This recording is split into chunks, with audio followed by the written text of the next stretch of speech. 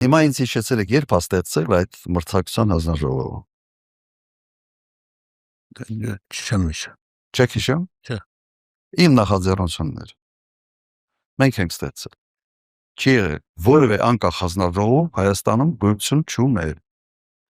Այն ժամանակ են ստացվեց այդ մրցակցության հանձնաժողովը։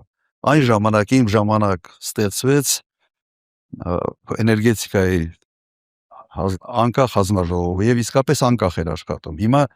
Հիմա շատ դժվար է պահանջել որևէ հանձնաժողովից անկախ աշխատանք, որովհետեւ պետական համակարգը որ փոխվեց,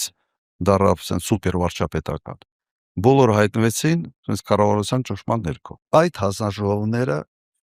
հանձնաժողովների ձևավորումը որևէ կապ չպետք է ունենա կառավարության հետ։ Այն ժամանակ մոդելը հետևյալն էր։ Ստեղծվում էին հանձնաժողովներ, հանձնաժողովների մի մասը նախագահն էր նշանակում, մի մասը ազգային ժողով, այսպես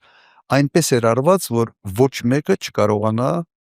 ձևավորել այդ հանձնաժողովը։ Մեկ կուսակցությունից ձևավորված կառավարությունը այս հետևանքները միշտ ունենալու է։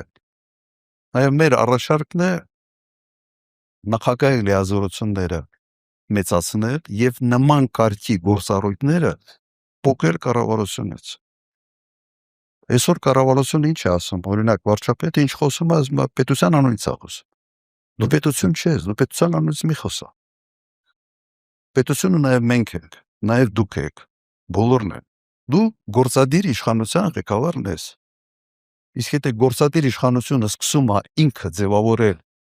իր ֆրակցիայը, ըստ էության նույն բանն է, էլի, sense նույն տեղից ամեն ինչը դուրս գալիս, սկսում է ձևավորել այդ բոլոր մարմինները, այդ մարմինների իմաստն է կորում։